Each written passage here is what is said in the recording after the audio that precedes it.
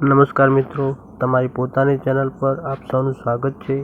તો આ આકૃતિઓની અંદર કેટલા ત્રિકોણ છુપાયેલા છે એ તમામને આપણે ખૂબ જ સરળ રીતે ગણતરી કરીશું। તમને અનુકૂળ આવે એ રીતે આપણે સ્ટેપ બાય સ્ટેપ દરેક ત્રિકોણની ગણતરી કરીશું। તો પહેલી આકૃતિમાં તો એક જ ત્રિકોણ છે। હવે આપણે બીજી આકૃતિ જોઈશું। તો સૌપ્રથમ આપણે 1 અને 2 નંબર આપી દઈશું। એવી જ રીતે તમામનો સરવાળો કરીશું। તો 1 + 2 = 3। એવી જ રીતે આપણે સ્ટેપ બાય સ્ટેપ બીજો આકૃતિ જોઈશું। તો તેમાં પણ 1, 2 અને 3 નંબર આપી દઈશું। તો અને તમામનો આપણે સરવાળો કરીશું।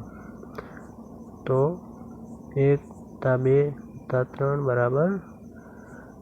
1 ને 2 3 ને 3 6, એટલે કે આ આકૃતિમાં 6 ત્રિકોણ સમાયેલા છે।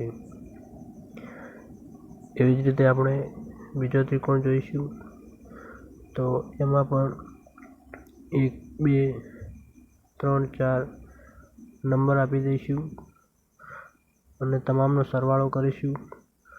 તો 1 ને 2 3, 3 ને 3 6, 6 ને 4 10, એટલે કે 10 ત્રિકોણ આ આકૃતિની અંદર સમાયેલા છે। આમ તો મિત્રો યુટ્યુબમાં ઘણા બધા વિડીયો અવેલેબલ છે, પણ તમને અનુકૂળ આવે એ રીતે આપણે સ્ટેપ બાય સ્ટેપ દરેક આકૃતિ જોઈશું। તો આમાં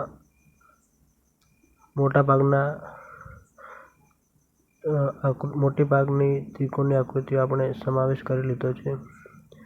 એવી જ રીતે આપણે આ ત્રિકોણમાં ડાયરેક્ટ 2 આડી લાઈનો, એટલે કે 2 ત્રિકોણ છે તેમાં, એવી જ રીતે આ ત્રિકોણમાં 3 આડી લાઈન છે, એટલે કે આ આકૃતિમાં 3 ત્રિકોણ સમાયેલા છે। એવી જ રીતે આપણે આગળ જોઈશું।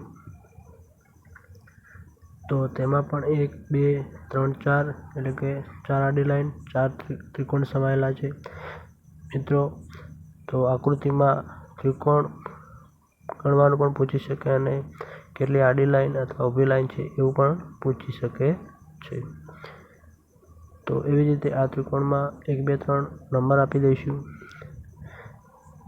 તો 1 ને 2 3, 3 ને 3 6 ગુણ્યા 2 આડી લાઈન છે, એટલે 6 ગુણ્યા 2, એટલે કે 12 ત્રિકોણ આ આકૃતિની અંદર સમાયેલા છે। તો એવી જ રીતે આ ત્રિકોણ જોઈશું।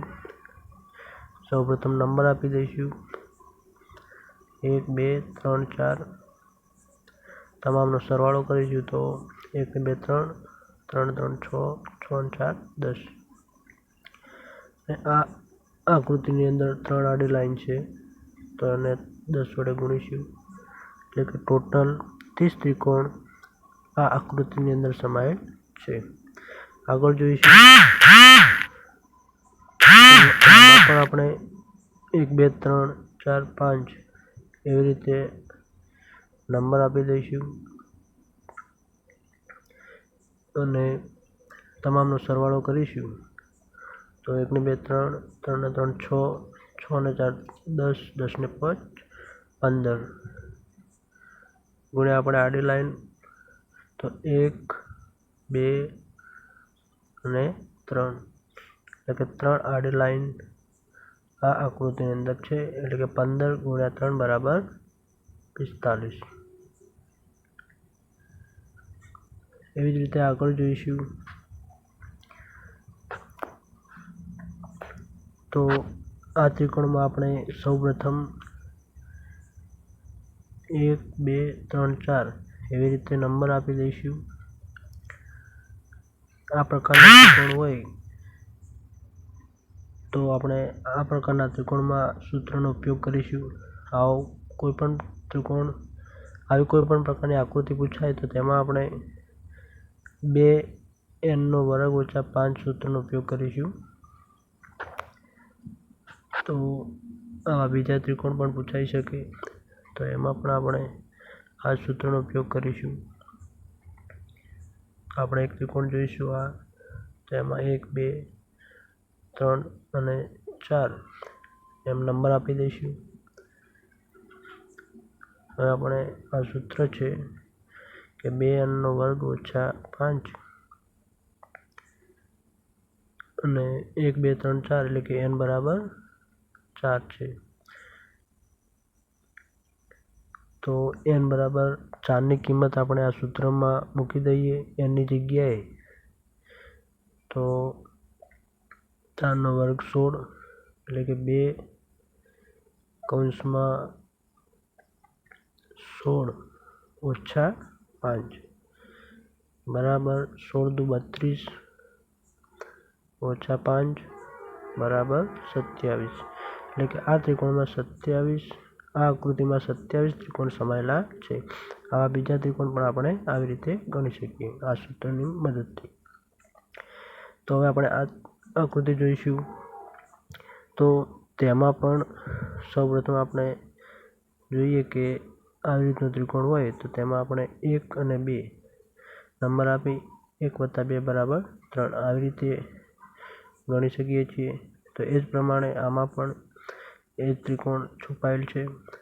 તો એ રીતે 3 એ જ રીતે આમાં પણ 3 ત્રિકોણ, એવી જ રીતે આમાં પણ 3 ત્રિકોણ સમાયેલ છે. એવી જ રીતે અહીં પણ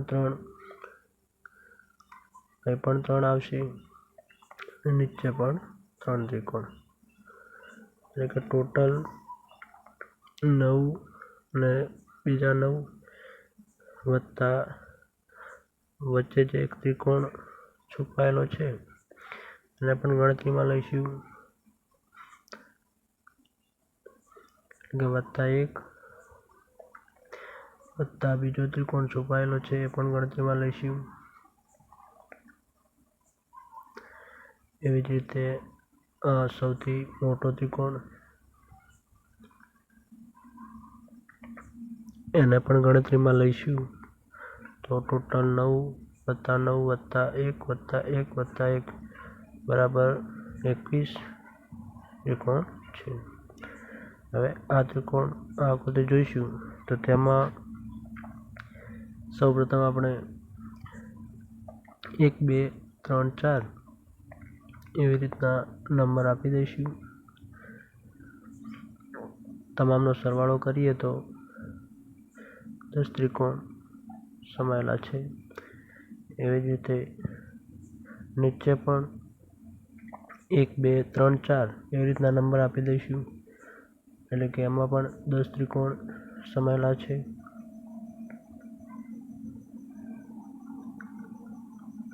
હવે જોઈશું કે આ બાજુથી એક ત્રિકોણ, એ જ રીતે બીજો ત્રિકોણ, આ બાજુ પણ 1 અને 2 ત્રિકોણ એટલે કે ટોટલ 10 વત્તા 10 2 અને બીજા 2 એટલે કે ટોટલ 24 ત્રિકોણ આ આકૃતિની અંદર સમાયેલા છે.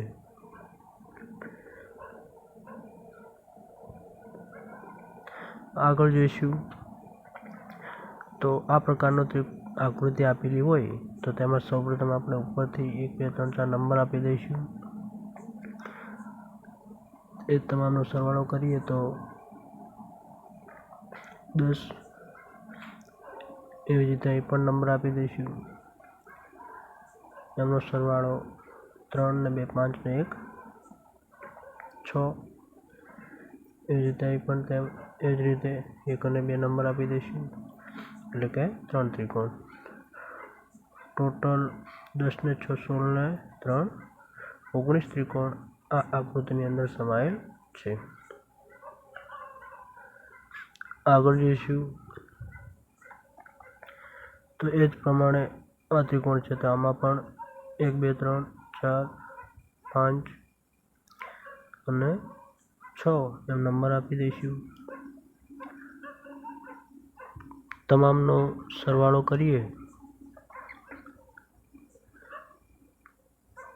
6 ને 5 11 ને 4 15 ને 3 18 ને 20 ને 21 એવી જ રીતે 1 2 3 4 નંબર આપી દઈશું. આમાં 10 ત્રિકોણ સમાયેલ છે. એમાં એવી જ રીતે અહીં પણ 1 2 3 નંબર એટલે કે 6 ત્રિકોણ અને અહીં છેલ્લે 3 ત્રિકોણ. ટોટલ 10 ને 20 31 31 ને 6 37 37 ને 3 40 એટલે કે આ આકૃતિની અંદર 40 ત્રિકોણ સમાયેલા છે. આગળ જોઈશું. હવે આવી રીતે આપણે દરેક આકૃતિની અંદર કેટલા ત્રિકોણ છુપાયેલા છે તે ગણી શકીએ છીએ. એ જ રીતે આ આકૃતિ જોઈએ તો એમાં પણ 1 2 3 નંબર આપી દઈશું. આ બાજુથી પણ 1 2 3 એટલે કે 1 ને 2 3 ને 3 6 ત્રિકોણ. એવી જ રીતે આ બાજુથી પણ 1 2 3 1 ને 2 3 ને 3 6. હવે આપણે જોઈશું કે આમાં એક છુપાયેલો ત્રિકોણ છે. તો આ ત્રિકોણને આપણે આની અંદરથી બાદ કરવો પડશે. એટલે કે 6 ને 6 12 વચ્ચે 1 બરાબર 11 ત્રિકોણ આ આકૃતિની અંદર સમાયેલ છે.